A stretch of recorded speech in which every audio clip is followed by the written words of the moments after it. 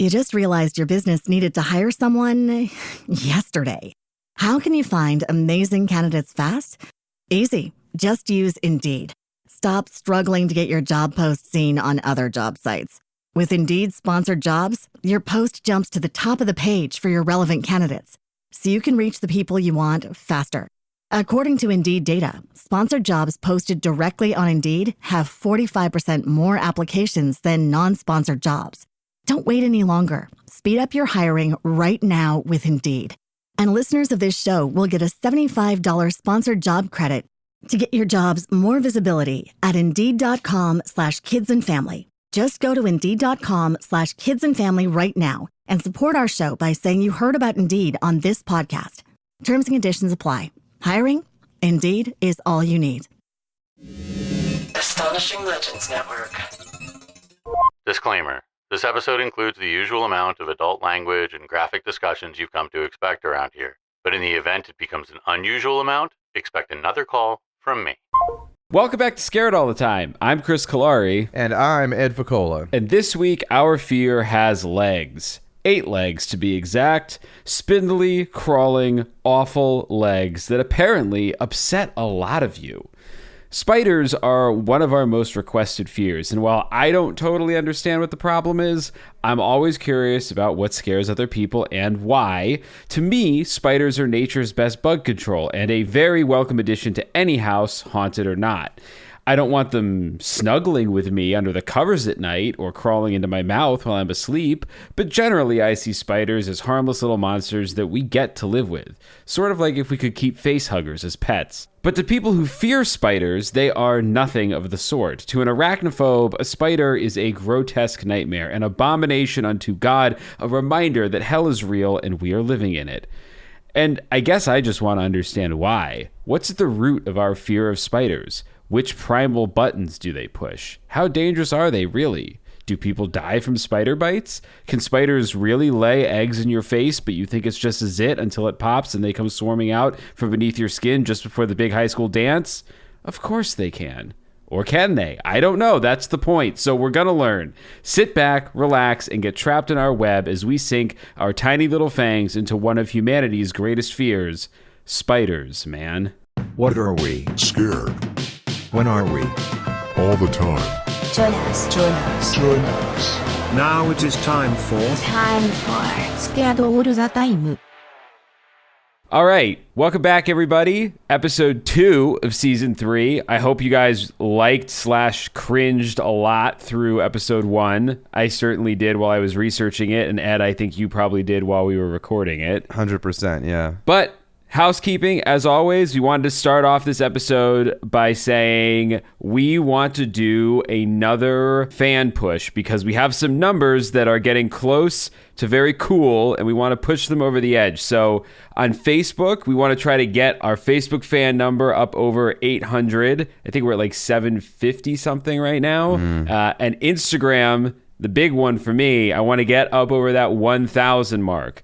We're close. We're at like 900 something. Yeah, that would be cool. So it'd be awesome if you guys, I mean, look, in the past, you've already spread the word. I know a lot of you have told your friends, you've told your family, you've tied your grandmother down in a nursing home and made her listen to our show.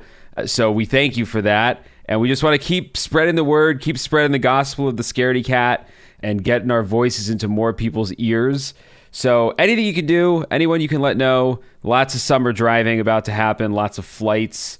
So, you know, give people a show. Help them out. Speaking of summer driving, I'm off the road. I'm back. Sorry I missed everyone for housekeeping last week, but it was a good drive. I mean, I enjoy driving across the country. Yeah. It was a lot of fun. Got to work out a few different places. And you met some cool people. Yeah. I met some awesome people. Yeah. And I also like made these little Scared All the Time cards that I like left places that had a little QR code on it or whatever. And actually the QR code was trackable and I just looked it up yesterday or something. And it was like 25 people scanned it. So I don't know. Like They were just like left like on tables and stuff and in bathrooms. And yeah, so we got like 25 people. So it's like over 10% of the cards I left were scanned. Considering our show's relationship to buckets of hot piss and shit, I feel like bathrooms are a great place to leave those cards. Oh, hell yeah, dude. That's why I thought I would do it there. It was also great to see my friend Katie's mom, R.I.P. God bless Katie. She rules. We actually mentioned her and her mom in the, I think was it Bad Neighbors, in the Bad Neighbors episode, because they were the ones who were living like next door to BTK when he was captured. Oh, yeah. Yeah, so it was like great to hang out with her mom, do some stuff in Kansas. We, visited her grave and all that stuff. So, it was a bittersweet part of the trip, but it was good to see everyone, and Kansas is always a vibe. I saw a very, very pretty sunrise there that within a minute of being like, how pretty is that? A bird hit my car. So I was like, oh no, a bird.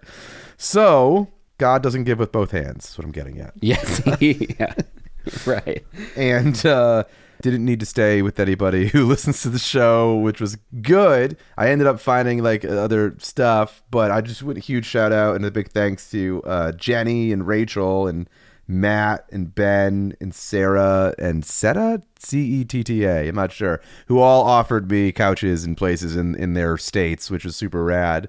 And I'll definitely be taking up some of those on the drive back.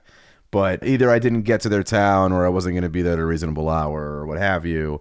But then I also just met super awesome people, including Nikki and Brad in St. Louis, who were so fucking cool and so hospitable and definitely are listening to the show now, and it's so cool of them. So yeah, that was a lot of fun. That was a fun town. How was St. Louis? You were telling me for some St. Louis pizza. No, I did end up having pizza there. I would never stop for St. Louis pizza. How was St. Louis pizza? It was pizza. Okay, all right. The place was great. The beers were cheap. The pizza was definitely serviceable. But no, I don't think St. Louis is going to be known for their pizza anytime soon. I would hope not. I'd be hard pressed to try something that went by, someone was like, you got to try the St. Louis pizza. I'd assume it was made of like not even cheese and tomato sauce. I don't know why. I've got nothing against St. Louis. Michigan has Detroit style pizza, which is not a type of pizza I care for.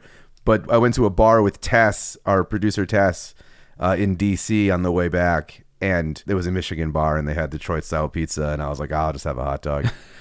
But, yeah, I don't know. You'll be out in Connecticut soon, and I'll take you to get, like, real pizza. We'll get, like, New Haven pizza, and it'll be legit. Thank God. Yeah, but no, everyone was cool. Like, I always like meeting people. And, I gave the card to a lot of people. I talked to a lot of people about the show. Met some really fun, interesting people on the road. But yeah, didn't have to stay with anybody who listens to the show, but I definitely will on the way back. I've been to a lot of places at this point, but I've never been to like the Great Lakes states. And I really want to check out like Wisconsin and stuff. Cool. So I think I'm going to, kind of take a right on the way over up to those states and then come across the fucking top and then maybe just come down from the Pacific Northwest back down to LA. So I might be doing like a northern perimeter for the way home. Nice. That sounds like a good trip. Potentially, yeah. But I'm back. So welcome back to me, to the show. Welcome back to Ed. We're glad he's back. And then finally, well, I guess two things finally. So one thing we want to start doing, because you guys have been so sweet about leaving lots of great 5-star reviews around the internet, particularly on Apple Podcasts. Although I think Tess was telling us that we need to try to get people to leave us reviews on Spotify too, but I don't know how you do that. I don't think there's a way to leave a review on Spotify. I think just maybe 5-star reviews or something. I have no idea. I use Spotify. I enjoy that it turns our chapters into like clickable things where I think Apple Podcasts doesn't. But I don't know if you can actually leave a review. I have no idea. Well, to encourage you guys to continue to leave 5-star reviews, if you want to get featured on the show, leave us a awesome 5-star review. It can be funny, it can be serious, it can be whatever you want. And it just has to be 5 stars. Fuck 4 stars. We don't accept 4 stars around here. We only accept 5 stars. And if you leave them, we will read some of them. So I just thought to prove that we'll do that, I'd read some of the ones we already have. And you guys can take it from here. So let's see. Just Another Ginger Cat left a review that says, male version of Karen and Georgia from MFM, which I think is my favorite murder. I first discovered this podcast on Astonishing Legends. I was instantly hooked. Their connection and banter reminds me of Karen and Georgia from MFM. Definitely enjoyed it, and it will be added to my podcast rotation. Highly recommend giving these guys a chance. So thank you, Just Another Ginger Cat. Hell yeah. Do you want me to read one? Yeah, you read one. We got one here from TGNX. And the topic or headline to the 5-star review is not horrible. And the body of this review is 1-star review for enthusiasm, which is a direct reference to something I said recently. So that's nice. I do like that it's a 5-star review and then a little inside joke like they're listening, which is pretty fun. Yeah, and then we'll wrap up today's 5-star reviews with this 5-star review from Rageful Waffles, which is headlined "Makes Thursday Better." And I hope, Rageful Waffles, I hope it makes you a little less angry towards your breakfast foods. But Rageful Waffles says, my 14-year-old son and I immediately check to see if a new episode has dropped every Thursday. It's fun to see him try to not laugh at the, quote, inappropriate stuff. We both love Ed and Chris. So much more inappropriate stuff to come. We love you guys. Thanks so much for listening. Thanks so much for signing up for Premium. And without further ado, episode 2... Spiders. All right, so up top, a warning to our genuinely arachnophobic listeners. I kind of wrote this one with you in mind because I'm not arachnophobic, and I wanted to make sure that it would be very, very tough for you to listen to. So if you are genuinely arachnophobic, go easy. We're going to cover everything nasty that we can think of. We don't want to make you too queasy, so maybe just go catch up on an episode you missed. Or I don't know, test your mettle. Listen to as much as you can and drop us a message to let us know at what point you had to tap out. It's the Scared All the Time Fear Challenge. It builds character. It's good for you. But before we dive in, Ed, tell me how you feel about spiders. Have you ever had a big problem with them? I hate them.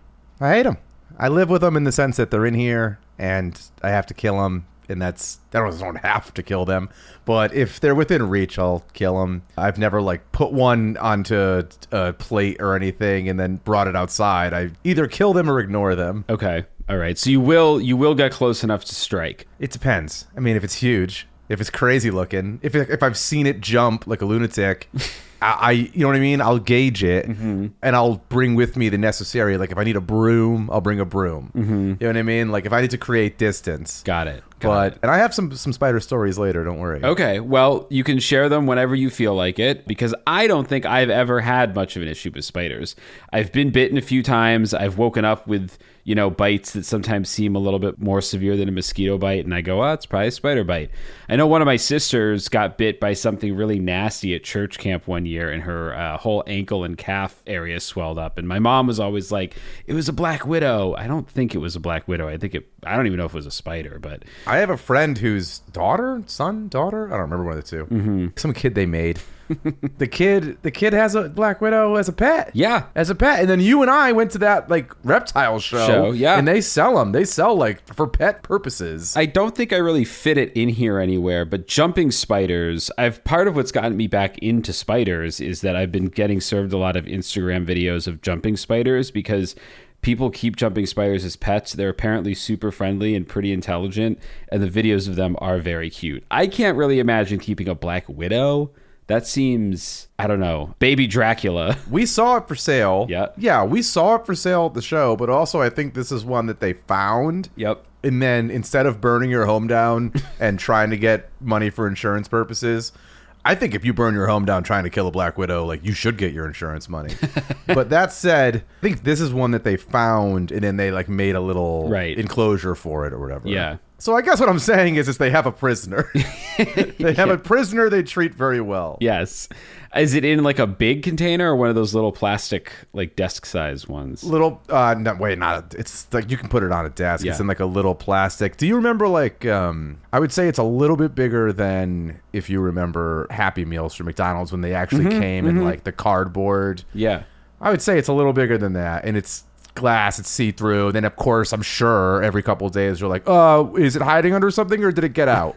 That makes me feel like McDonald's should have had a spider Happy Meal at some point, just a little case, each one's got a different arachnid inside. Could have changed the generation. McDonald's used to have incredible stuff, like the Batman Forever tie-ins, and maybe that was Burger King. Either way, the whole gang, I would say the 90s was an unbelievable time for getting genuinely awesome toys in either your Happy Meal or your Burger King, whatever the fuck their version of it is. They put the effort in. I think maybe that started to change because kids now, I guess in general, I sort of wonder, but physical toys, I feel like, probably don't mean as much to kids anymore as like digital stuff. Yeah, no, you can't make microtransactions on an action figure. But Yeah. I will say also there was a monoculture. There was, we all loved Ninja Turtles. We all loved the Batman movies. We all loved Jurassic Park. And so it was like, okay, 100% of kids love this stuff. Yeah. So, 100% of kids are going to get excited when they see it at the drive-through window. Yeah. And I sure did. I just remember there was I forgot which ones it was, and then we'll move on from this because there's no reason to talk about this.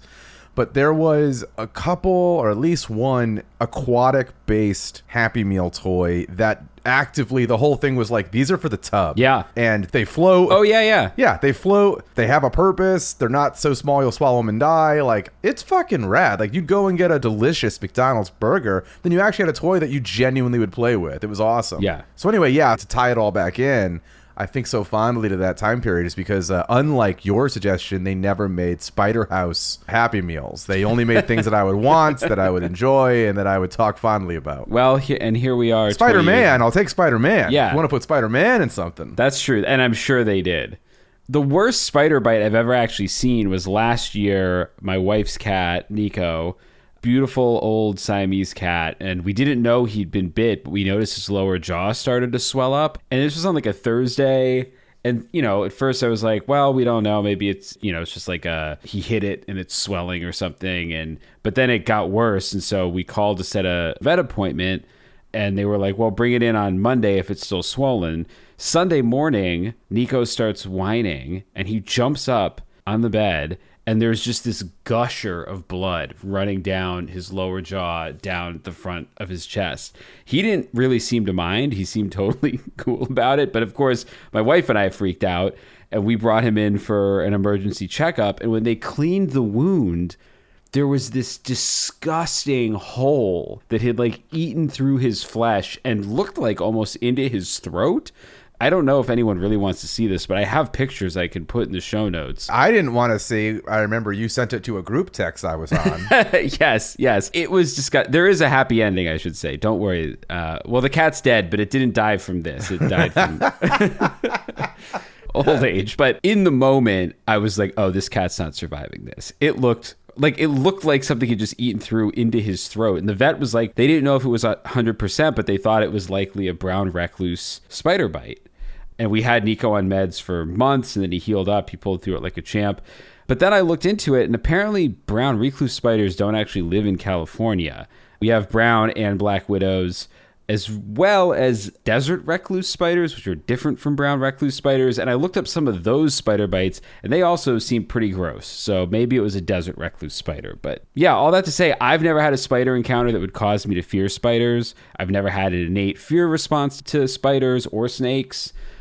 Maybe because I grew up in the woods, but I've never really had a problem with anything slimy, dirty, creepy, crawly. I'd honestly put bees and wasps much higher on my do not fuck with list than spiders. All of them. All insects. Get them out of here. Fucking beat it.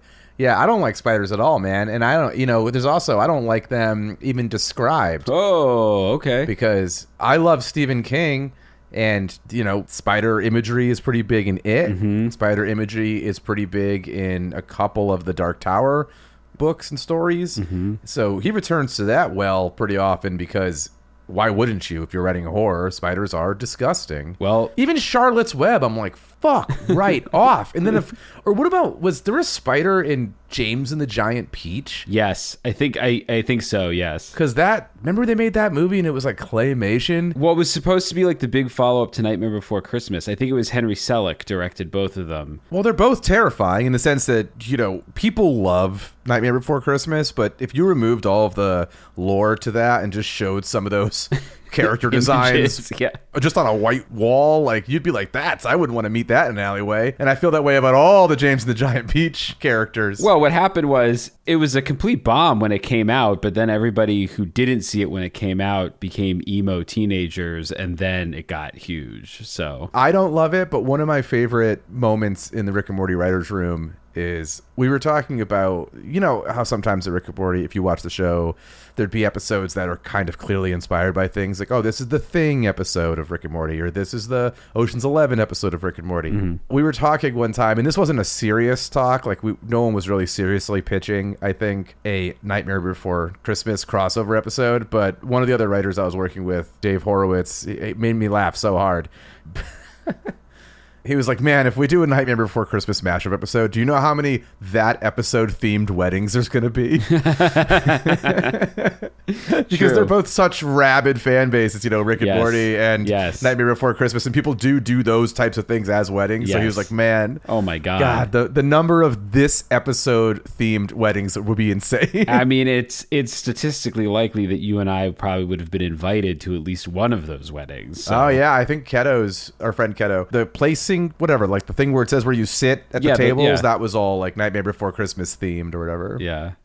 Well, I am in the majority of people who like Nightmare Before Christmas, but I am in the minority, I think, of people who aren't afraid or have no problem with spiders. So I thought, what are you doing when a spider's in your house? Do you kill it, or do you like get a paper plate and try and bring it to freedom? Most of the time, unless it's like somewhere that I don't want it to be, I don't know, like on my bed or something, most of the time I don't take them anywhere. I just let them go about their business. Yeah, I try and have that mentality more and more. I try and be like, well, they say you're good. You'll eat up things that I don't want here. And so just stay on your side. But it's hard for me. It has to really be out of my reach to kind of let it go. Yeah, well, I certainly would never squish one on purpose. If I had to move it, I would get a plate or something. The last, I think, spider Googling I did was, and this is my only spider story really, is we talked about it a little bit in Hatman episode. You know, I had a mannequin from a music video you directed in my living room. It had a costume from a movie on it, and that costume was like a long black trench coat and a fedora, what have you. So the way it was situated is its whole back was to a Florida kind of ceiling window. It had curtains in front of it, but you know, there's no time when it wasn't hit by the sun during the day. Right. And when I finally took that outfit off after a decade almost of just sitting in front of the window, the flaps of the trench coat, so it's a long trench coat and it has like, it kind of folds in on itself at different times. In all of those folds, not all of them, but like almost every fold was just so many spider eggs. Okay. Like the weird kind of almost diaphanous paper, you know, it's not like web, with like a bunch of eggs in it. And I was like, yeah, okay, I better jump on the internet. Like, do I just light this on fire? Do I move? Like, if I touch it, will a million fly out and go crazy? Yeah.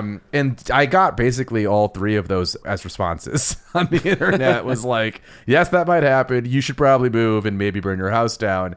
And I just remember like very gingerly trying to move the whole mannequin to outside without like jostling it too much and then like waking up this swarm of a million baby spiders. And then when I got it outside, I like ripped it off and like shook it and then just took like a paint stir stick and tried to like scrape them away. And then I put the outfit in like the hottest water known to man.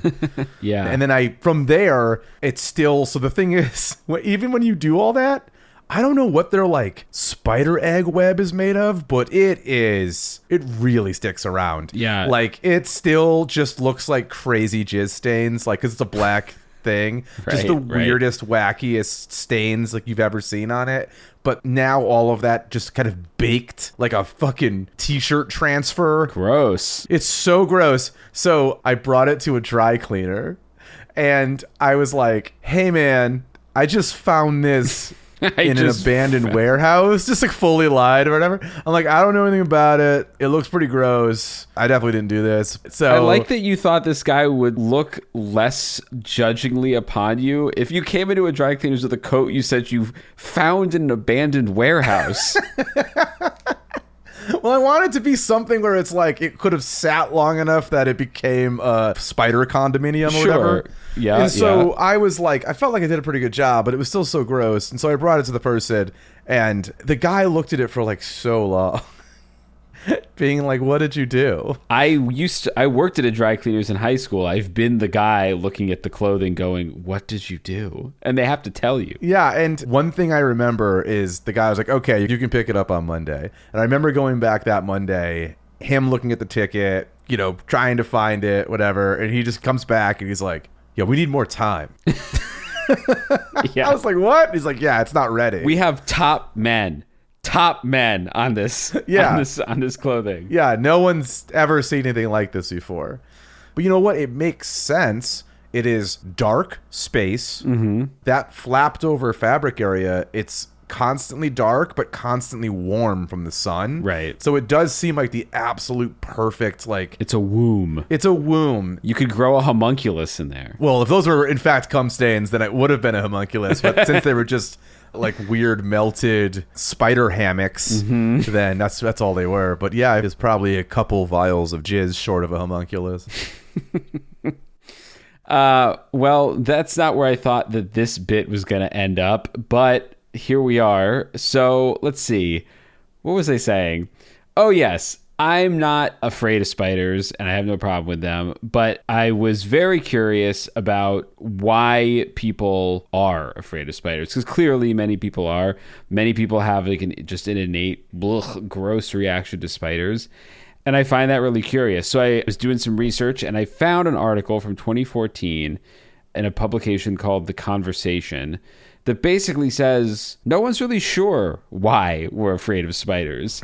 Psychologists believe that one reason people fear spiders is because of some direct experience instilled that fear in them. So they were bit or one scared them as a child, that kind of thing.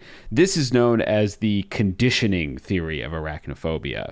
And in 1991, Graham Davey at City University London ran a study to understand more about this view. He interviewed 118 undergrads about their fear of spiders. About 75% of the people sampled were either mildly or severely afraid of spiders. Of those, most were female, which I looked into this because, of course, that's kind of like a trope. Yeah, a trope. Yeah, exactly. They can give birth, 13 hours of labor, but afraid to kill a spider type of thing. Yeah. And so I was like, I don't know. So I looked, but it does seem like the gender bias in arachnophobia has been supported by subsequent research. But in any case, Graham Davey found that people fearful of spiders reported having a family member with similar fears, but he was unable to separate any genetic factors from environmental ones. What I think is surprising about his study is that Davey couldn't find evidence of arachnophobia being the result of specific spider trauma in these undergrads, which meant this study gave no support for the idea that arachnophobia is conditioned. He also found that the threat of being bitten has very little to do with the fear of spiders. Yeah, I've never been bitten by a spider. I mean, not in a way that I've been awake or knowledgeable of it. Right. Like, same as you. Like, if I wake up, it's kind of a wacky bite. Could be a spider. Yeah. But I've never been like, get back. It's going to bite us. Sure. Well, so what would you say that your most specific concern about spiders would be? Like, what is it that grosses you out about them? I don't like their legs. I don't like their bodies. I don't like their million eyes. Okay. All right. I don't like the fact that they're Cirque du Soleil performers when they want to be. Like, you try and hit it with a broom, and then all of a sudden it's like doing flips and going crazy and dropping web out of its ass 6 million miles an hour. Well, and then it's gone. I don't like that when they die, they curl up and it's gross. Sure. Well, but it's weird that you say it though, because when pushed into a corner right now, it's prejudice towards spiders. I was going to say, no real. I feel like you're going to say something racist against spiders, is what it sounds like we're going. Yeah, it really is just don't trust them, don't like them. And if you replace spider with a type of human being, I'm a piece of shit. But I think we can all agree that spiders they're gross and terrible. Not humans, so they're not humans, so fuck them. Well, so Graham Davey asked people to rank their specific concerns about spiders, and the results are very funny to me, but also pretty interesting. So the number one concern about spiders was their legginess. The legs. I mentioned the legs first, didn't I? The legs, yes. Well, that's what I was going to say. I could have stopped you right at the beginning of your response, because legs... Oh, we've seen worse legs. Oh. We've seen worse legs, bro. I mean, and this is not a joke about a person we know.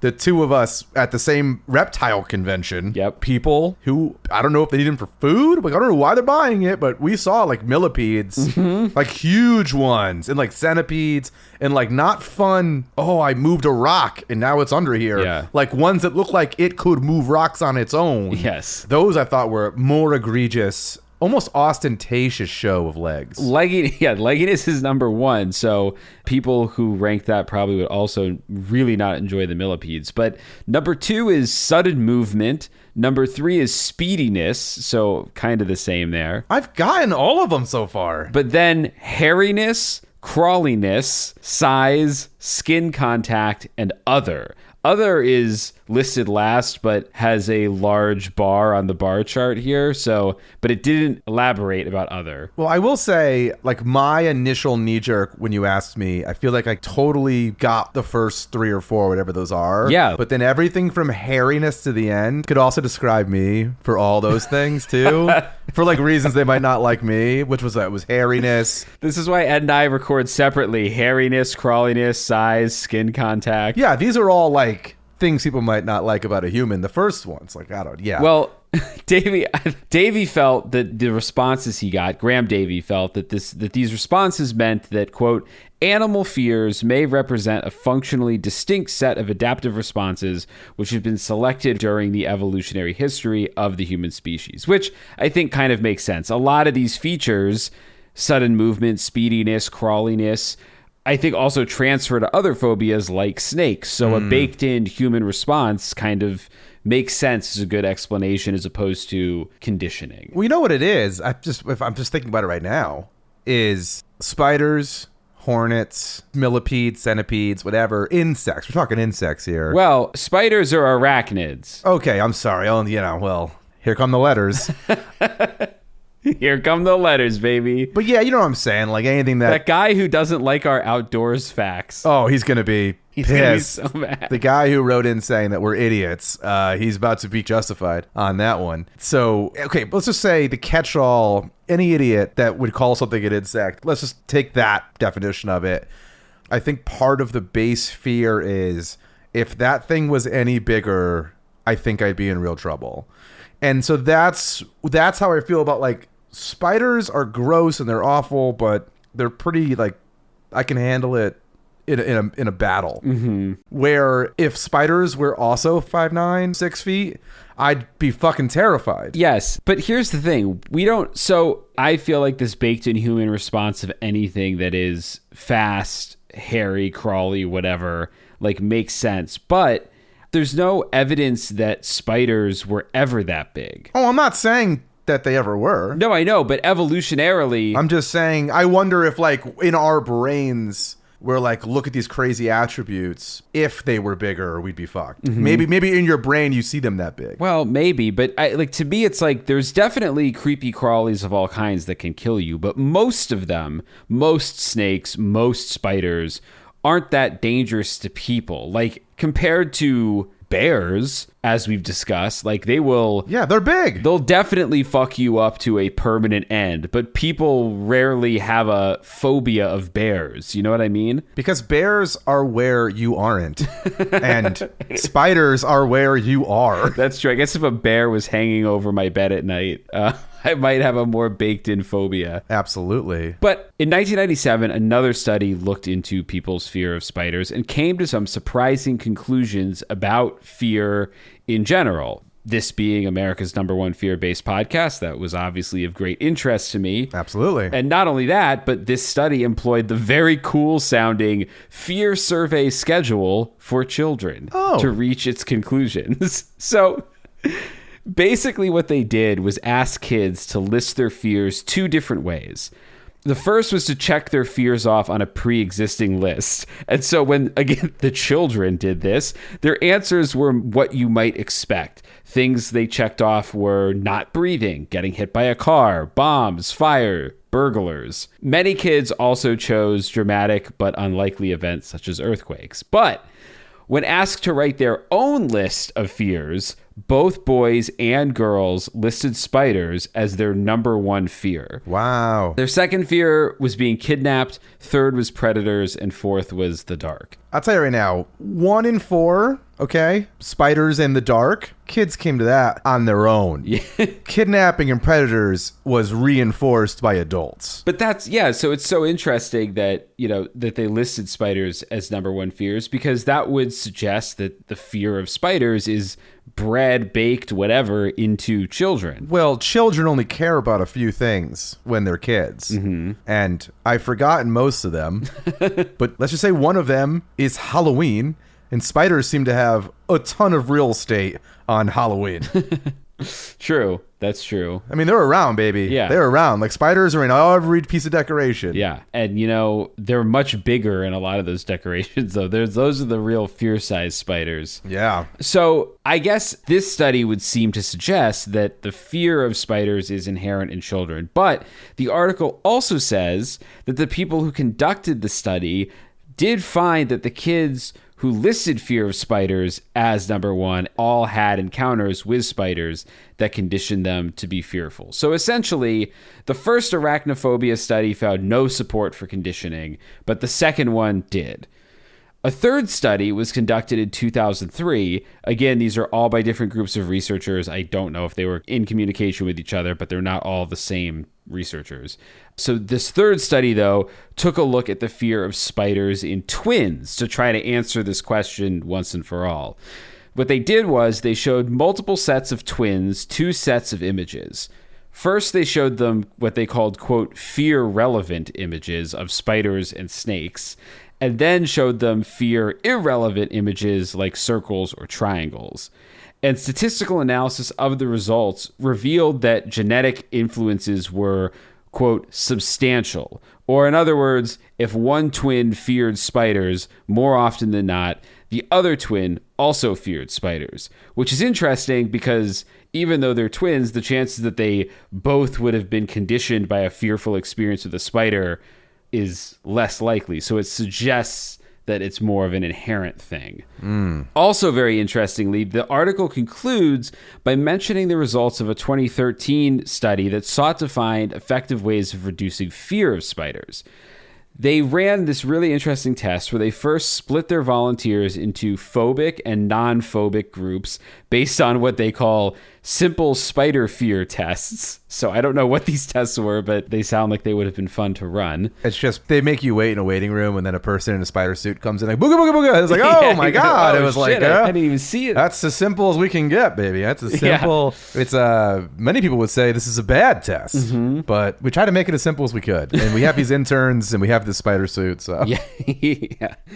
After a week of doing these very simple tests, both of the groups, the phobic and non-phobic group, were then exposed to images of flowers or spiders.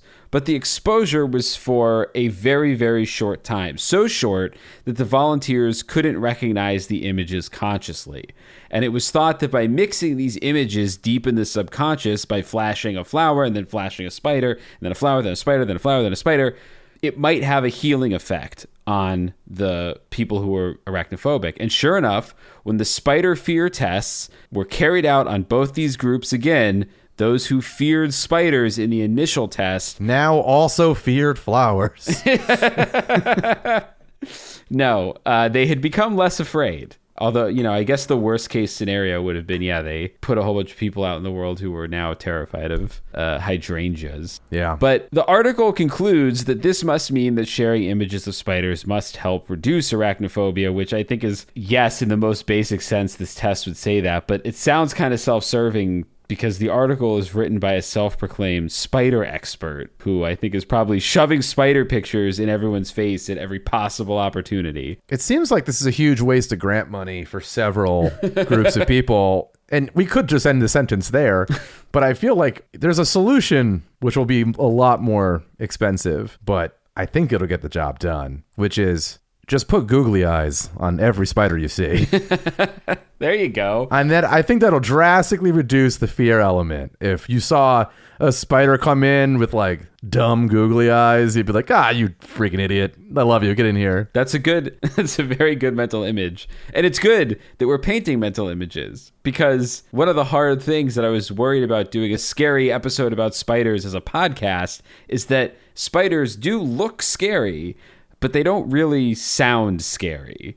You know what I mean? Do they sound anything? Do they make noise? Do you have a scary spider sound we could play? No, I don't know. I don't think they make noise. That's kind of an interesting question, I guess. Yeah, no, they don't. I mean, in real life, they don't. What gets used in movies to indicate like scary, gross spider sounds? I think it's always like just a hiss. A hiss. Hiss dot wave or whatever. Fucking sound designers are out there making up hissing and screeching noises to make people fear our wonderful, lovely spider babies. I mean, it's like guns in movies. It's like anyone who moves or touches a gun, there's that noise. There's like a noise. Yeah. Like metal noise, like metal moving. Yeah. It doesn't make any sense. No. You'll never hear that noise anywhere, but every movie in existence, it's like if you touch a gun, you fucking look at a gun, you get that weird noise. And yeah, you're right. It's just sound design. Same way if you pick a sword up off of any table, it'll go swing. Exactly. There's a sword noise, there's a gun noise. There's basically, I consider Indiana Jones punch noise. Yep. Does it make it more awesome? It absolutely does. Oh, yes. But it's not in reality, you know? But yeah, I guess a spider noise would be like just a high pitch, like, ah! But I'm not even doing a good example of it. Yeah. Have you seen Arachnophobia? I never have. I won't watch it. I actually have, yeah. Well, what noises did they use? I have to go back and look. I don't know. But my point is, I don't know how to make our listeners really uncomfortable about spiders without showing them the long spindly legs and the crazy eyes and shit. So that's fine. I think everybody here knows what a spider looks like. That's true. Well, hold on. I don't want to say everybody. We might have some blind listeners, but I'm sure they'll be cool about it. Well, I'm just saying, if our audience has a good enough imagination, they can picture what it would feel like if there was a tickling feeling on the back of their neck and they reached around and found a tarantula just chilling on the back of their neck. Or if they went to bed and something at the bottom of the sheets started moving and they pulled the sheets back to find dozens of daddy long legs in there. For instance, if you were an arachnophobe, I would hope that you could imagine that. Daddy long legs, their legs are so frail. Like, they're just so little, baby. Like the thinnest little hair, thin legs. I'm not sure I would feel a daddy long leg walking on me. I feel like I need like a girthier spider to really be like, what the hell's walking on me? Oh, we're going to get to girthy spiders, my friend. Well, I wish we wouldn't. But I agree with you. A daddy long legs, I wouldn't feel. I do love that meme or whatever that is like, who the fuck named daddy long legs? It's the most insane name ever for anything. Somebody must have written like an Aesop's fable about it and called it daddy, because daddy long legs, there's no way it was like a cool guy being like, what's up daddy long legs? Like, that's not how it got named. Yeah, no, daddy long legs is probably more akin to like a guy you'd meet in like an S&M club versus like a 1960s motorcycle rider nickname. Like, it's more of a nickname of a guy who's going to hit you with something, but like in a sexual way. Still much more afraid of that guy than spiders. Oh, yeah. You just realized your business needed to hire someone yesterday. How can you find amazing candidates fast? Easy. Just use Indeed. Stop struggling to get your job post seen on other job sites. With Indeed sponsored jobs, your post jumps to the top of the page for your relevant candidates, so you can reach the people you want faster. According to Indeed data, sponsored jobs posted directly on Indeed have 45% more applications than non-sponsored jobs. Don't wait any longer. Speed up your hiring right now with Indeed. And listeners of this show will get a $75 sponsored job credit to get your jobs more visibility at Indeed.com/kidsandfamily. Just go to Indeed.com/kidsandfamily right now and support our show by saying you heard about Indeed on this podcast. Terms and conditions apply. Hiring? Indeed is all you need. In an effort to see if I could scare myself, I visited planetdeadly.com, which hosts an article on the 10 deadliest spiders in the world. Unfortunately, The article begins by noting that while almost all spiders are venomous, very few of the world's estimated 40,000 species of spiders have the bite strength to break skin. And of the species that can, most don't pose any danger to humans. And speaking of daddy long legs, I did check on the rumor that daddy long legs are the most venomous spiders in the world. They just don't have the fangs to deliver the juice, and that is not true. Yeah, I don't know who started that. I don't know who started. I've also heard that before. Yeah, I assume some, really sick second grader wanted to scare all his friends and were just like, yeah, you see those spiders that are all over the playground? It's the most poisonous spider in the world. Can't get through your epidermis. That's true. Also, I shouldn't even say poisonous because one of the things I learned while researching this is I learned a biology fact that I thought was cool. Poisonous and venomous are not interchangeable. They're two different terms. Venomous refers to animals who inject their targets, and poison works by being ingested or through topical contact. So remember that when discussing poison dart frogs. They're poisonous to touch and ingest, but harmless otherwise. Don't try and eat Chris's frogs. It's estimated that during the whole 20th century, spiders were responsible for every major assassination. for somewhere in the region of 100 deaths globally, which, even though I'm here defending spiders, saying that they're fine and everything, 100 deaths in 100 years from spider bites seems very low to me. Yes, but they're the 100 most important deaths. It was emperors. It was popes. Yeah. JFK, spider bite. That's the conspiracy theory we'll have to go down next. Yeah. I don't know if they were taught to do this stuff or if they have their own understanding of global politics, but they're out there. Those are the 100. They're the 100 most important deaths if you actually go through history. So, no good. I also feel like most deadly spider bites probably occur in places without easy access to medical care. So, I'm sure there's thousands of people who have died from spider bites in places where it just wasn't even reported, Yeah. So I don't know about that number. It is the number that I found, but fuck it. I think they're responsible for 1,000 deaths in 100 years. No, man, it's probably 10,000 times that number. Absolutely. Listen, if they have the wherewithal, the knowledge of our society to assassinate people at that level, I think they probably are also aware of how to work the system. So they probably have people with the highest levels of politics who are making sure that that number stays at 100. I think we have a really good comic book character here. Oh, Spider-Man? I think it's taken. It's taken. I was going to say Spider Assassin Man. Well, we'll see. Anyone who did die from a spider bite probably got their ass kicked by one of the 10 on this list. So number 10, there's a drum roll. I thought you were been bit by a spider and were dying. I'm like, what the hell is this noise? What are you doing with your face? I was hoping the hobo spider got its name from hiding in empty cans of beans or its skills with the switchblade. It's carrying a bunch of bindles. Yeah, but no, it is not actually named. Well, I guess it is sort of named for hobos. It's named for its presumed method of expanding its distribution by hitching rides with humans along major highways in the Pacific Northwest. The hobo spider wasn't even introduced to America until it came over from Europe in the 1930s. Through Ellis Island. Yeah. The real name were the Hobo Kowalskis. Yeah. But they had to shorten it at Ellis Island to hobo. There's names that are American and names that are not. No, I didn't finish that last sentence. In fact, the Hobo Kowalski spider was introduced from Europe in the 1930s, and it's become established in at least 6 states since, displacing many native spider species as it spreads. That's the immigrant dream, dude. In one maximum 2 generations. It's amazing. You came here with a dream, and they accomplished Yeah. it. Damn, I love America. The actual danger that the very successful immigrant, the hobo spider, presents to humans is somewhat debatable. The CDC reported some case studies in the 90s that claimed hobo spider bites caused isolated cases of necrosis in some people, which would be similar but a little bit less severe than brown recluse bites. These bites cause an open wound which can take weeks to heal. Also, the hobo spider also looks quite a bit like a brown recluse spider, so it's possible that some of these reports are just mistaken identity.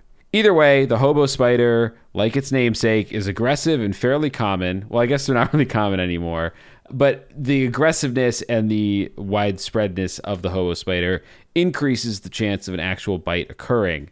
The hobo spider is actually sometimes referred to as the aggressive house spider, although some people think that that stems from a misinterpretation of its Latin name, T. agrestis, which I guess if you asked me, I would be like, yes, the root of aggressive. Yeah, maybe. An aggressive house guest that won't leave? It's moved from hobo spider to squatter spider.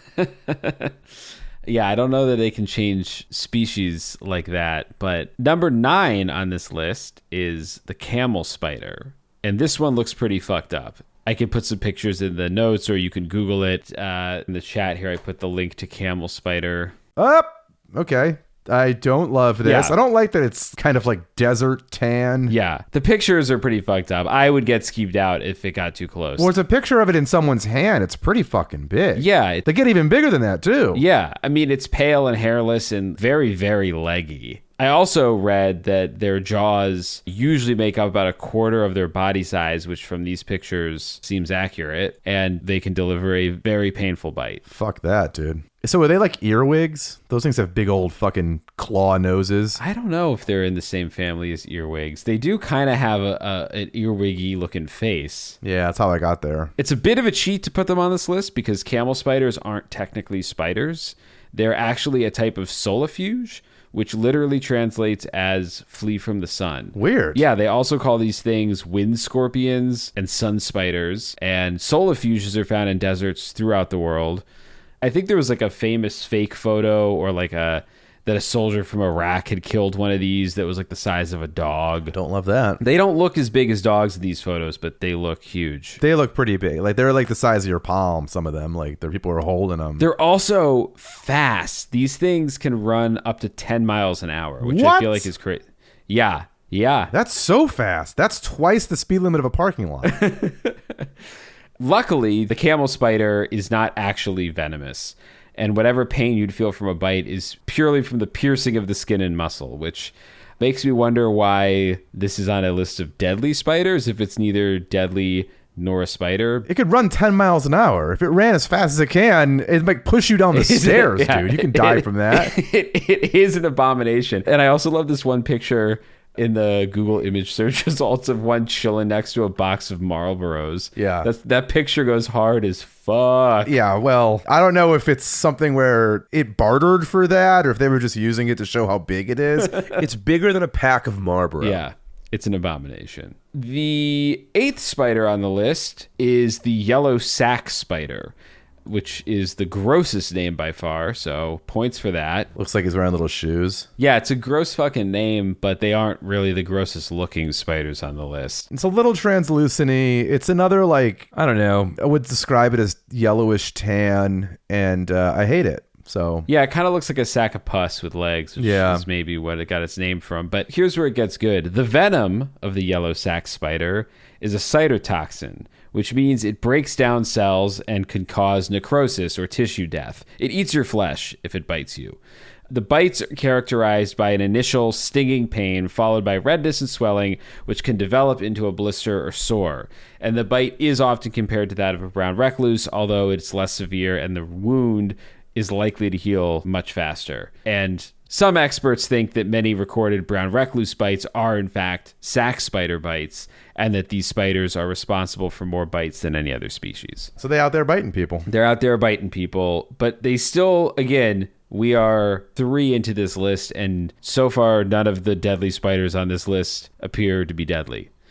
But this is number 7, the fringed ornamental tarantula, which seems like it could be deadly. Tarantulas are pretty scary. You know them, you love them, or maybe you hate them. But these giant fuzzy friends are the poster child for spiders that would cause you to shriek and fling them across the room. Oh, forget it. Yeah, forget it. I would never. So, unlike the smaller spiders on this list, I learned that tarantulas are megalomorphs, which means that their fangs point down and have to be stabbed into the prey rather than the sort of pincher style action of other smaller species. And I know what you're thinking. If you're not an arachnophobe, you're thinking, Chris, I've heard tarantula bites. They're not so bad, right? And that's true. Most tarantula bites aren't any worse than a bee sting. Most tarantulas are also very docile, so good luck getting one to bite you, even if you try. But This particular genus of tarantula are renowned for having a particularly bad bite. And not only is this genus supposed to have the worst, the fringed ornamental tarantula has the worst of the worst. The bite from one of these spiders can cause excruciating pain to the point where your muscles cramp involuntarily. At least one bite victim has ended up in the emergency room because they had severe spasms and chest pains after one of these spiders. So this is a bite caused it like from a toxin or whatever, and not just like it bit you so hard that it messed up your muscles? Yeah, no, there have been no confirmed fatalities. Again, no confirmed fatalities, not deadly, but this tarantula hasn't apparently killed anybody, but the venom is potent and it injects it by the bucket load. So you're getting physically pierced, but then that venom is making the pain worse. Sure. Number 6 on the list of 10 most deadly spiders is the mouse spider. And god damn, this one looks like a fucking demon. I'm looking it up, and I'm so mad that I am. Because I feel like I'm going to have a hard time sleeping tonight looking at these spiders. Nope!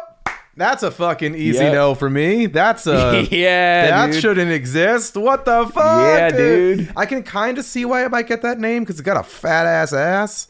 Like, where Yeah. maybe, like, if you just saw that ass, you might be like, oh, that's a mouse running over. I don't know, but... Yeah. Damn, I hate this. Giant fangs.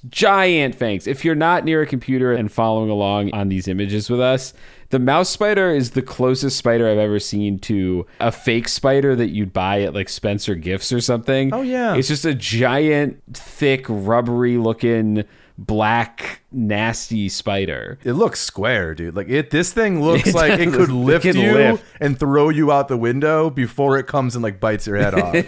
Like it can Yeah. it can rough you up a little bit. It can probably get some money from you. It could probably like lift you upside down and like shake all your money out.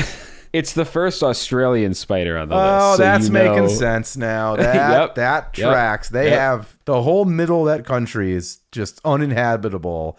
And everything I hear about Australia, it's always like, hey, you know that thing you have? We have a way bigger one. Yeah. Well, and there's 12 species of mouse spider in Australia. Yeah, they run the 12 gangs that run Australia. Yeah, they run the government. They pull the strings, literally. All 12 species are armed with huge fangs and venom that is similar to the deadly Sydney funnel web spider. The reason that the mouse spider apparently isn't higher on this list is because it is a less aggressive spider than the Sydney funnel web spider, and it also often gives dry bites or bites without any venom. So I didn't know that was a thing, but there's a couple spiders on this list that apparently sometimes give dry bites. Well, you say sometimes, which means it's like a habanero, whatever. What's that one that like not everyone's a super... Why can't I think of it? You can get them like roasted and seared. Yeah, I just recently was eating at a restaurant with friends in New York where I'm like, are those hot? And they're like, not all of them. And so I ate one and it with the meal as you're supposed to, and it was delicious. It was so good. And I was like, oh, I'm gonna go back for seconds. And the next one I had made the rest of the meal awful for me. Like it was so hot. So I got like a dry bite with that first one and then full blown venom with the second pepper. Shishito peppers, I think is what people say that about. Yeah, so shishito, this is the shishito pepper of muscle bound spiders. Yes. Pretty much. You nailed it. But it's also like sometimes you'll see a lot of like really big dudes or, you know, just really jacked guys who are like really sweethearts because they have nothing to prove. Like, why do they have to get in a fight? They're huge. And I feel like maybe that's a little bit of that going on too. I bet you that we'll probably get smaller as we go higher in the list because they're like fucking, they got something to prove and they're pieces of shit.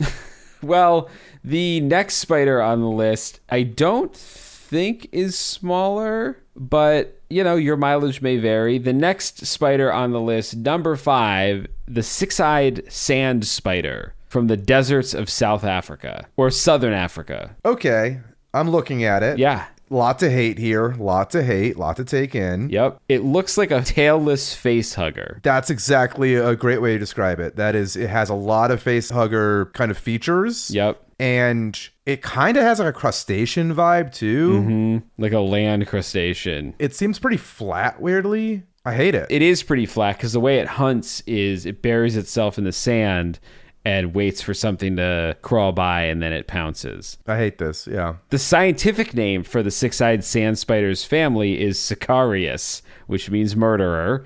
Although it doesn't murder humans at the rate that it murders rabbits, in trials it was shown that the venom from a six-eyed sand spider bite was fatal to rabbits in as little as 5 hours. So, and a rabbit's not a small thing. No. It's small in terms of like things we hunt, but you're bringing down like a house cat, basically. Yeah. I mean, they seem like they're pretty nasty. What's six? Are they normally 8 eyes? Yes. That's why like the 6 eyes unusual? I would assume so, yes. As far as I know, arachnids have 8 eyes, so... So 6 eyes, they had to trade in 2 eyes in some sort of like crossroads with the devil to get that extra rabbit killing strength. Yes. Well, their venom is a cytotoxin like recluse spiders. And in the case of Sicarius, the venom is both hemolytic and necrotic, meaning that it causes blood vessels to leak and flesh to be eaten away. So a great combo, great 1-2 punch. No one's entirely sure how dangerous six-eyed sand spiders are to humans because there have only ever been 2 cases of bites to humans, and neither were really conclusively attributed to the six-eyed sand spider. Now, sounds like another situation where you just didn't get to a hospital, or Yeah. based on where they are most commonly found, like you were saying earlier, these are not city centers. These are places where you're pretty far from civilization. Yeah, you're getting pulled right back into the sand. Yeah. By the sand spider or by the weather as soon as you go down. Number 4 on the list, finally, more than halfway through the list, and we are at the first spider that I think has actually ever been officially categorized as deadly, the black widow spider. Yeah, man. Black Widow. Such a famous spider. Such a famous spider. Should get the EGOT for spiders. It's one of the most iconic spiders on the planet. You know it. I know it. You can tell right away what you're looking at because of the hourglass. The red hourglass. It's tattooed like no different than a teardrop under your eye. Like, yeah, like basically. you're a murderer. Yeah. These spiders have gang signs. Are there black widows that don't have it? Does that signify it's male, it's female or something? Or is it always going to have that red hourglass? That's a good question. I'm pretty sure that the female spiders have the poison. I didn't ask about that. I asked about the image. Oh, about who has the hourglass. Yeah. I wonder if does that like signify anything or if they just all have hourglasses. I think they all have it. Interesting. I'm sure someone will write in and say we're way wrong. Probably. Listen, I'm looking up 10 different kinds of spiders here. I might get a fact or 2 wrong. They have a toxin that can really fuck you up. Symptoms of a black widow spider bite depend on the amount of venom injected. Sometimes a black widow will give a dry bite, so you won't have any sickness or illness. And even then, about 75% of wet bites basically just hurt. Localized pain, nothing crazy. Really? If there's a substantial dose of poison, a bite can cause what is called latrodectism. And the symptoms sort of break down like this. Within 5 to 10 minutes after the first bite, you will develop an intense local pain, followed by sweating and goosebumps within an hour. So you're going to feel like you have a pretty nasty flu and a really fucked up ankle or hand or whatever within an hour of being bit by a black widow. You might not see puncture marks and you might not see specific redness. If you are unlucky enough to move on from this stage to have widespread symptoms, you'll get even more pain, which will typically start near the bite site and then travel up your body from foot to thigh to waist, whatever, followed by just a generalized pain throughout your whole body. The venom directly affects nerves, so you also will continue to sweat severely, although sometimes, and what I can imagine is like maybe bizarrely hilarious, sometimes if only the nerves in one limb or another will be affected. So like you might have a really sweaty right leg and your left leg and nothing else is sweating at all. Oh, weird. Yeah. And changes in your adrenaline can also lead to a mild increase in blood pressure and pulse. And then from there, you'll probably get headaches, nausea, vomiting, For the next 1 to 4 days, you'll feel very unwell, and sometimes patients will report for weeks or months afterwards that the bite site hurts. Wow, man, that sucks. This latrodectism is what killed people before antivenom became available. And even then, it was mostly fatal, I think, in the very old and the very young. You know, people who were susceptible, their bodies weren't up to the task. I mean, that's basically, it's the flu of spiders. Yeah. Like, it kills the old, it kills the young. Yeah. And you sweat your leg off. Yeah, you sweat your leg off. The only good thing, the only redeeming quality of a black widow spider is, of all the spiders we've had to Google to look at their dumb faces, at least we get a bunch of Scarlett Johansson with this one. True. On Google image search. True. So it gets broken up. Like, gross spider gets broken up every third or fourth photo. So that's pretty nice. Right. The other ones are just wall-to-wall gross spider. And just like the flower test, it helps you lose your fear of spiders, looking back and forth between a spider and Scarlett Johansson. All it's making me do is be afraid of beautiful women. Well, at least we can say that this list of deadly spiders officially, finally, has a killer. Features a deadly spider. Yeah. Thank God. Number 3, the brown recluse. Now, you've heard of these guys. If not before you listen to this episode, you certainly have heard of them now. Well, you know where you hear about them. I don't know about you, but my first experience hearing about brown recluses is pretty much anytime spiders come up, it seems like, or especially black widows come up, at least here in the United States. You'll be like, black widow, it's a killer. It's a killer. And there'd always be some assholes like, actually, brown recluse is more dangerous. So, Yep. Black widow's more famous. Like, you know what it is. But the brown recluse, it's what you really want to be worried about. And that person's the worst person at every party. And they probably grew up to write this list because they ranked brown recluse one spot higher than black widow. So yeah, but everyone who's ever met them at a party ranks them as people near the very bottom. Because if you want to see some really gnarly shit, Google brown recluse spider bite. I'm not. This is the one where I'm not going to do it. I encourage you, listener, Google it. I'm having a hard enough time Googling to just look at their dumb faces, let alone the aftermath of their actions, because my pants, for whatever reason right now, I'm wearing very short socks. And so I'm getting hit with some sort of like cool air on my ankles this whole time. And I just keep being very reminded that I have exposed ankles right now. And then like every new spider we look at, my brain goes to like, are there spiders down there biting my ankles? So I have this very weird thing happening right now that I don't want to spend any more time. Like, I'll look at the spiders, but if I start seeing the bites, then that'll transfer down there. So I don't need that. Well, I'll tell you this much. Their toxin is necrotic as well. It's flesh eating, and their bites result in some of the most severe cases of necrotic flesh that any bug bite can give you.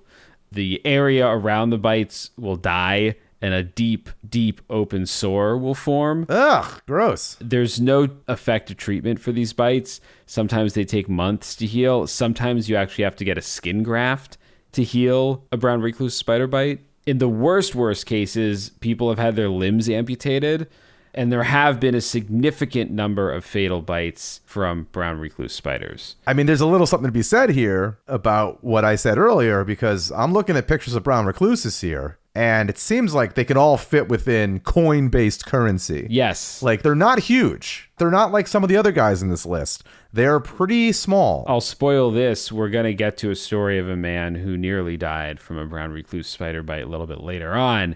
And he got his spider bite from reaching into a bowl of fruit, and he never even saw the spider. What was I watching? Jesus, I was watching something from the 30s or 40s, and they work at a grocer, like a green grocer, and they're bringing in fruit from just fruit, bananas, let's say. Mm-hmm. And it's like, you don't see them or anything, but like, everybody keeps talking about watch out for spiders when bringing the fruit in.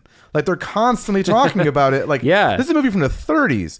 And well, the hobo spiders were already riding the rails at that point. So yeah, but then I think it did actually come up. I think it was something where it was like, oh, Stacy got bit from the banana spiders or something. There was like the banana spiders did come up again. But yeah, it was like this thing where, and I imagine in the 1930s, you know, before whatever we're doing now, like whatever kind of sprays we're using or certain rules and regulations about importing fruits and vegetables. I think in 1930s, maybe a lot of those weren't there. Mm-hmm. And it was just like every third banana has a black widow on it. You know, I don't know. Maybe. I don't know. I do know that according to Planet Deadly, you shouldn't spray brown recluse spiders with bug killer. They claim that the species of brown recluse spider is immune to insecticides, and hitting them in some will only make them more toxic and angry. Oh my, it's the Hulk. It's the Hulk of spiders. I don't trust Planet Deadly on this. That seems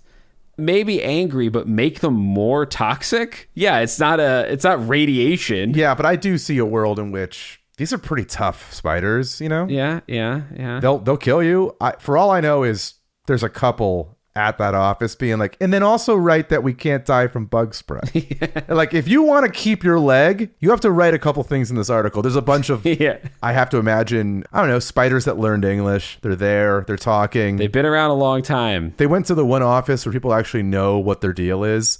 So they know, like, we have to listen to the spider. Like, we know who you are, brown recluse. Your reputation precedes you. What can we help you with? It was like, yeah, if you don't want to lose your leg, there's a couple things I'd like you to include in the next evening's edition. One of which is can't be killed by bullets, can't be killed by feet, can't be killed by this. And so that way everyone won't try and kill them when they see them. They'll think that they're impervious. It's not a bad idea. It's not a bad idea. It's never a bad idea to learn English, period. But if you're a killer spider, it really can go a long way. Yeah.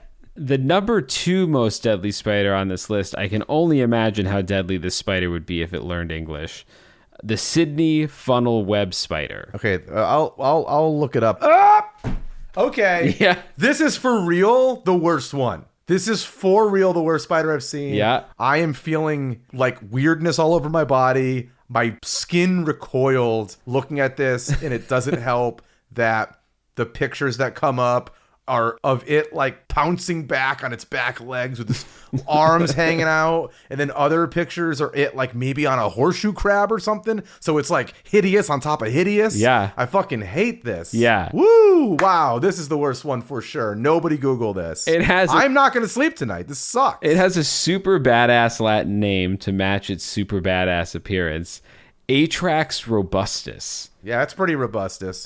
While most spiders on this list avoid humans, this spider will charge humans, and it will deliver you not one bite, but a lot of bites while it clings to your flesh. I'm going to tell you right now, the posture of this fucking spider, it has the most come at me bro energy of any of the ones on the list.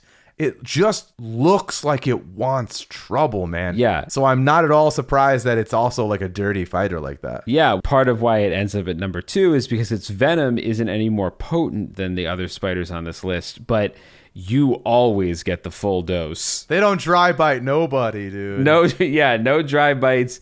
You get the full dose. And repeated doses. Like, it's just going at you. Yeah. And you know, like, the term murdered out? Yeah. Like a vehicle could be murdered out. It's like black on black on black on black. Yeah. Like, that's very much also, this thing's like a murdered out spider. It was like, hey, can you give me tints and make me like matte black? Yeah. Yeah. Exactly. And then God, of course, said no, but the devil was like, sure. Hell yeah. Sure. The Sydney funnel web also has the most impressive fangs of any spider. Their fangs are actually longer than some snakes, which is fucking long. Are they retractable? I don't think so. I already closed the images because I simply could not look at it for one more moment, Yeah. but I didn't get like a super good look. You'll see it when you close your eyes. Oh, fuck, you're not wrong.